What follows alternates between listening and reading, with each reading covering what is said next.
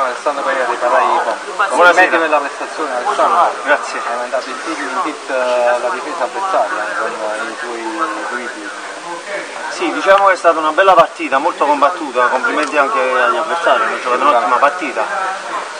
Noi in avanti con Antonio mi sono trovato molto bene perché ci trovavamo bene, ho notato che vi passavate anche se è la prima volta che giochiamo insieme, però voglio fare i complimenti a tutta la squadra perché ha giocato davvero bene. Avete fatto girare palla abbastanza... Sì, diciamo che abbiamo giocato da squadra. Da squadra, tutti il centrocampo che ha funzionato abbastanza bene. Sì, anche la difesa, il portiere Antonio lo sappiamo, non lo scordiamo anche adesso. se ha fatto un piccolo errore. Vabbè, ci però sta, lui è capita, molto sicuro e capita a tutti i grandi portieri.